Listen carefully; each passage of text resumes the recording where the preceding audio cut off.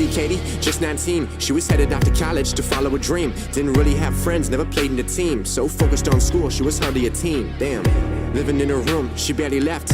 Hated being lonely, so she slept. Only got up to study for tests, and honestly, she don't really care about the rest. Then she met a dude, started going out, cause that's all he wanted to do. He didn't care about her, just some bottles of booze. He was focused on his last, never told her the truth. Constantly used, grades started fading away. She was giving everything what he would take and take. Her first real love, but for him it was fake. And she finally caught him over at his ex-girl's place. No, she don't know what to do, cause loving this guy, that was all that she knew. It's hard to find the next one when you're broken in two. Broken and bruised, feeling like you're destined to lose. But she never felt this way, she never felt this way. Grab another bottle, put it up to her face. Rather cover all the pain before she ever would say